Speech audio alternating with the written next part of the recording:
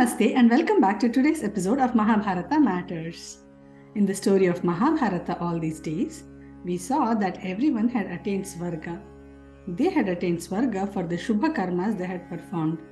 For the Ashubha Karmas, the phalam was to spend time in hell. After that was exhausted too, they had all come to heaven as well. Now let us look back to where it all started. The story of Mahabharata was being narrated by Vaishampayana to King Janamejaya at his Sarpayaga. To cut the long story short, Janamejaya was the son of Parikshita, who was the grandson of Arjuna. After the Pandavas renounced Hastinapura and went towards the Himalayas, Parikshita was ruling the kingdom. He had ruled the kingdom for 60 years. After that, due to a curse, Parikshita had died with a snake bite. Uttanka had incited his son Janamejaya to perform a Sarpayaga to avenge the death of his father. Vasuki had requested Janamejaya to stop the Sarpayaga. After that, Janamejaya had wanted to know more about his ancestors. At that time, sage Vedavyasa's student Vaishampayana narrated the entire Mahabharata story to Janamejaya. It was that story we have been discussing all along. Hence, Mahabharata is an itihasa grantha just as Ramayana. It is said, Purvavrittam kathayuktam itihasah prachakshate, which means real incidents narrated in a story form is called itihasa. This is loosely translated to English as history, thus it happened.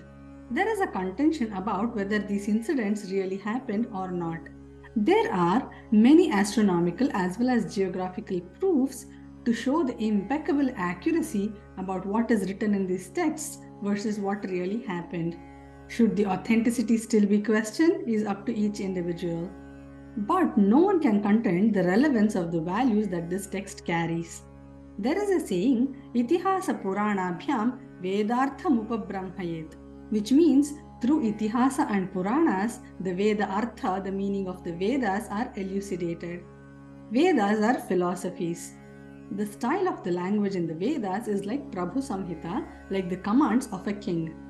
They are the highest forms of knowledge a human being can obtain about the self. But they are not easily interpreted or readily understood by all. Whereas Itihasas and Puranas are like Kanta Samhita, which means the style of language and teaching is like fondly taught by a beloved. They explain the same Dharma Shastras in common man's language through stories. Rather than preaching right versus wrong, Dharma versus Adharma, somehow when told in third person as someone else's story, we see our own shortcomings much better. Somehow we don't get offended or take it personally. Somehow we inculcate those values and practice it more sincerely. Besides being eminent personalities of the times, the characters of the story were very symbolic. We have seen throughout the story how the values are applicable for us even today. In the very beginning, it was said that no character in Mahabharata is either black or white. Everyone falls in the gray area. Having heard the entire story now, we can connect the same symbolism even better. We said Draupadi represents the body and the Pandavas are the 5 senses. We saw that the Pandavas were born with the divine blessings of Yama, Vayu, Indra and the Ashwini Kumaras, and their mother was Pritha. Pritha was another name for Kunti, which also represents earth. So our sense organs are a combination of divinity as well as earthly matter. We saw that when one of them, Yudhishthira, gambled away the other senses, and the body Draupadi, was humiliated. When the Pandavas were exiled, the body accompanied the 5 senses and faced all the hardships. It clearly shows that we have to be very mindful of our sense organs. It could be watching, talking, eating, smelling, hearing, or touching what we like. It is very easy to succumb to these sense pleasures.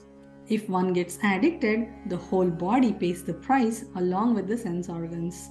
Yudhishthira realized and repented his weakness. They had to go to the forest for 12 years and a year in incognito to redeem themselves. No matter how difficult the situations got, they never deviated from the path of Dharma. This was the one and only reason why Krishna stood with them, not because he had a bias for them. This clearly shows that even if we make mistakes, the Lord Himself will come and uplift us if we stick to the path of Dharma despite all the hardships. On the other hand, Duryodhana and his brothers were born to Dhritarashtra and Gandhari. Dhritarashtra was born blind, but Gandhari chose to blindfold herself. So Duryodhana was the child of a father who could not see and a mother who did not want to see. He turned out to be an arrogant, proud, greedy, jealous, covetous, and self-centered person. By nature, the mind is blind and irrational already. Duryodhana's life is a screaming proof if our intellect also chooses to blindfold itself. The Kauravas, though 100 in number, they represent the infinite evil tendencies of our mind that is blind and an intellect that has chosen to be blind. Karna was born to Pritha and Surya Bhagavan. So he was also born of divinity and earthly matter. He represented ego. The ego is nothing but Bimba Chaitanya, the reflected consciousness of the original consciousness, Chaitanya. But when it is hijacked by the evil tendencies of the mind, here the Kauravas, it perishes. The ego too has a very strong shield that protects it from being vulnerable. Ego is also impenetrable as Karna was. But once the shield is shed by the ego willingly, the truth is revealed. In the story too, Karna learnt about his birth secret after this. The allies of the Pandavas stood for the Shubha Vasanas. Not only the evil tendencies, one has to transcend the Shubha Vasanas as well to attain self-knowledge. Bhishma stood for free will. After that free will is offered to Bhagavan's feet, whatever is ordained will happen. Dwaraka stood for a purified mind. It is said, Chittasya Shuddhaye Karma Natu Vastu Upalabdhaye. It means all our actions should be geared only towards Chitta Shuddhi. Even that purified mind has to be dissolved later, just like Dwaraka. Then only we become adhikaris for Atma Gnanam. Krishna is the Paramaguru Ishvara and he gave the self-knowledge to the Jiva Arjuna. Keeping Arjuna as the Nimitta, reason, the perennial knowledge of the Bhagavad Gita is given to us mortals. Krishna said, Karmanyevadhikaraste ma phaleshu kadachana ma karma phalaheturbhuhu ma te sangostva karmani. It means we have only the right to perform our duties, never to insist on the results of our choice. Every aspect of Mahabharata is splendid. Among them, there are a few exquisite pearls that we should be eternally grateful for. They are Viduraniti, Bhagavad Gita, Anushasanas by Bhishma, Vishnu Sahasranama, and Anugita, to name a few. The crux of all teachings is Swadharma Paripalana, performing one's own duties. Swadharma means individual specific duties and responsibilities that should be performed in the most righteous manner. What is Dharma? Yatsya dharana sanyuktaha sadharma iti nishchayaha. That which can uphold and sustain is categorized as dharma. It is said, dharma eva hato hanti, dharmo rakshati rakshitaha. It means dharma itself destroys who destroy it, and the dharma itself protects who protect it. The earth was ridden with adharma and dharma was being trampled. At that time, Krishna came and proclaimed, Yada yada hi dharmasya glanir bhavati bharata abhyutthanam adharmasya tadatmanam srijamyaham. It means each and every time there is a decline of righteousness and an increase in unrighteousness, I shall manifest myself on this earth to protect dharma, O Arjuna. He also said, Paritranaya sadhunam vinashaya cha dushkritam dharma sansthapanarthaya sambhavami yuge yuge. To protect the noble and eliminate the evildoers, I will come again and again to earth to re-establish dharma, said Krishna. He had kept his word. In the end, he had ensured that dharma won over adharma. If we want Krishna to come protect us, we should be as deserving as the Pandavas. Through Bhagavad Gita, Krishna taught us that both heaven and hell as well are delimited with time. When the papa or punya have exhausted, the jiva will have to leave from these places as well. The ultimate svarga is moksha, liberation alone.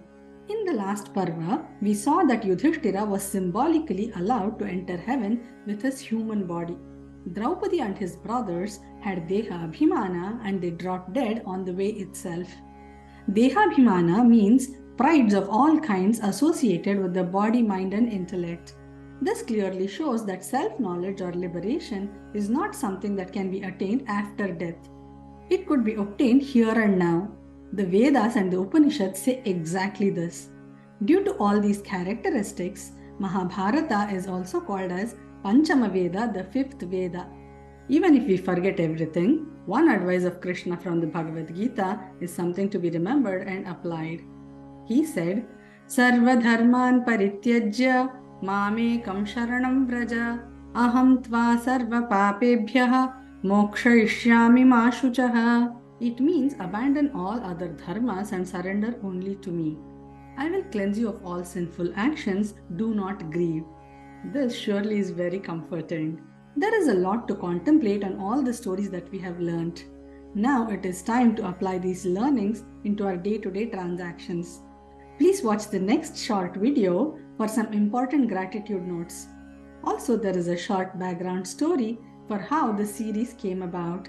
Hope you have enjoyed the series as much as I have enjoyed making it.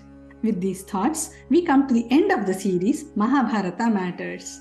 Remember, in this series, we were discussing matters of Mahabharata because even today, Mahabharata matters.